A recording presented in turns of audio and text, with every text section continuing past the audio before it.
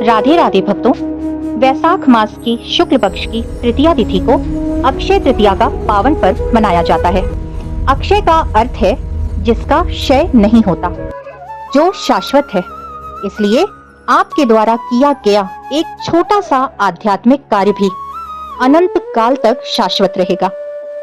तो आइए भक्तों, हम भी एक छोटा सा आध्यात्मिक कार्य करते हैं, जो है अक्षय तृतीया व्रत की पावन कथा का श्रवण करना।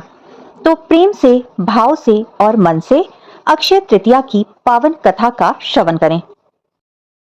भगवान श्री कृष्ण धर्मराज युधिष्ठिर से कहते हैं, हे पार्थ, प्राचीन काल में महोदय नाम का एक वैश्य था।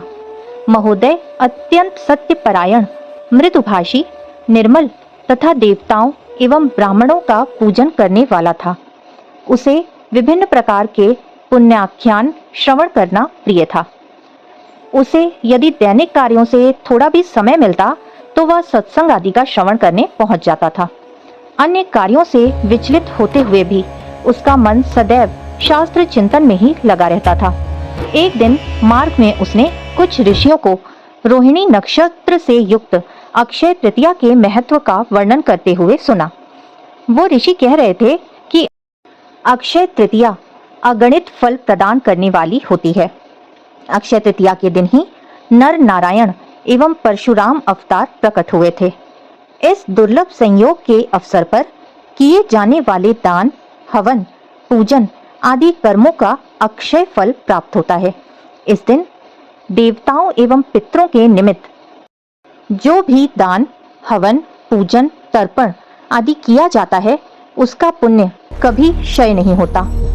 ऋषि मुख से अक्षय तृतीया व्रत का महात्म्य सुनकर वह वैश्य मन ही मन विचार करने लगा कि यह तो अति उत्तम व्रत है, अतः मुझे भी इसका पुण्य लाभ अर्जित करना चाहिए।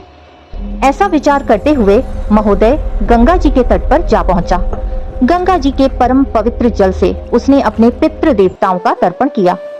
उसके पश्चात घर आकर उसने जल से युक्त 2 घड़े खांड अथवा बताशे, लवण, जौ, गेहूं, दही व चावल, ईख तथा विभिन्न प्रकार के दुग्ध पदार्थ सामर्थ्य के अनुसार पूर्ण भक्ति भाव से ब्राह्मणों को दान किए। हे पार्थ, उसकी धर्मपत्नी का मन माया के बंधन में फंसा हुआ था, अतः वह अपने दानवीर पति को दान आदि कर्म करने से रोकने का पूर्ण प्रयास करती रहती थी।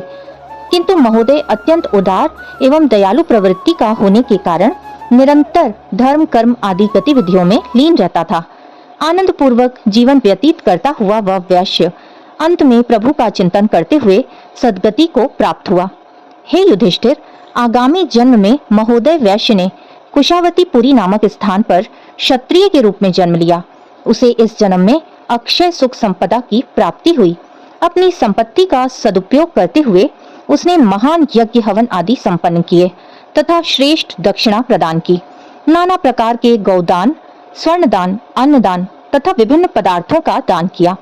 निर्धनों, याचकों तथा नेत्रहीनों की यथासंभव सहायता की। इतना दान पुण्य करने पर भी उसकी संपदा का अंत नहीं हुआ। अपने इस जीवन में भी महोदय ने उत्तम प्रकार के भोगों का भोग भोगा तथा श्रेष्ठ जीवन व्यतीत किया। यह महोदय द्वारा पूर्व जन्म में किए गए अक्षय तृतीया के व्रत का प्रभाव था। उसने अपने पूर्व जन्म में धन ऐश्वर्य के मोह को त्याग कर निस्वार्थ भाव से दान, पुण्य, हवन आदि सत्कर्म किए, जिनके फलस्वरूप उसे अपने इस जन्म में अक्षय संपदा की प्राप्ति हुई। हे पार्थ, इस प्रकार अक्षय तृतीया की कथा एवं महात्म्य का वर्णन संपूर्ण हुआ, अतः इस व्रत का विधान सुनो। तृतीया के दिन स्नान, भगवान श्री वासुदेव का पूजन तथा देव तर्पण आदि कर्म करना चाहिए। दिन में एक समय ही आहार ग्रहण करना चाहिए। अक्षय तृतीया के दिन जौ का हवन किया जाता है। इस सु अवसर पर कनक सहित जल से पूर्ण घड़े, षड रस, अन्न, यव, गोधूम, चना, सतुआ तथा दध्योदन का दान करना चाहिए। इस व्रत में ग्रीष्म ऋतु में उत्पन्न होने वाले ऋतु फलों आदि का दान करना भी विशेष महत्वपूर्ण माना जाता है।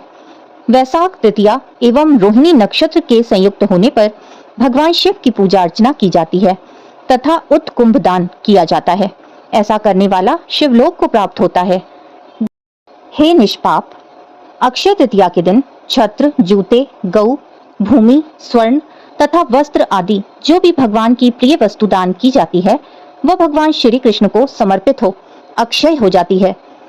हे प्रिय युधिष्ठिर, मैंने अक्षय तृतीया का संपूर्ण महात्म्य एवं विधान कह दिया। तुम्हारे मेरे मध्य कुछ भी गोपनीय नहीं है। इस तिथि पर किए गए जप, तप, हवन, यज्ञ, दान, पुण्य कभी नष्ट नहीं होते तथा देवताओं एवं पितरों के निमित्त पूजन, तर्पण अक्षय फल प्रदान करते हैं। इसलिए यह अक्षय तृतीया कहलाती है। इस प्रकार भविष्य पुराण में वर्णित अक्षय तृतीया व्रत का विधान संपूर्ण हुआ। विष्णु धर्मोत्तर पुराण में भी अक्षय तृतीया के व्रत का वर्णन प्राप्त होता है। विष्णु धर्मोत्तर पुराण के अनुसार वैशाख शुक्ल तृतीया के दिन उपवास करने से अक्षय पुण्य प्राप्त होता है।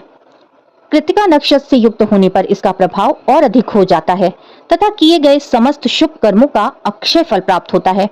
पुराणानुसार अक्षय तृतीया के व्रत में भगवान की अक्षत से पूजा अर्चना की जाती है। जो मनुष्य इस दिन में तीर्थ जल से स्नान करके भगवान विष्णु को अक्षत, सत्तू अर्पित करता है तथा सत्तू एवं अक्षत का हवन करके सत्तू व पकवान ब्राह्मणों को अर्पित करता है, वह अक्षय पुण्य फल प्राप्त करता है। हे भृगुनंदन, जो प्रोक्त विधान का पालन करते हुए एक भी तृतीया व्रत का पालन कर लेता है उसे समस्त तीजों के व्रत का फल प्राप्त होता है। इस प्रकार विष्णु धर्मोत्तर पुराण में वर्णित अक्षय तृतीया व्रत कथा संपूर्ण हुई। राधे राधे।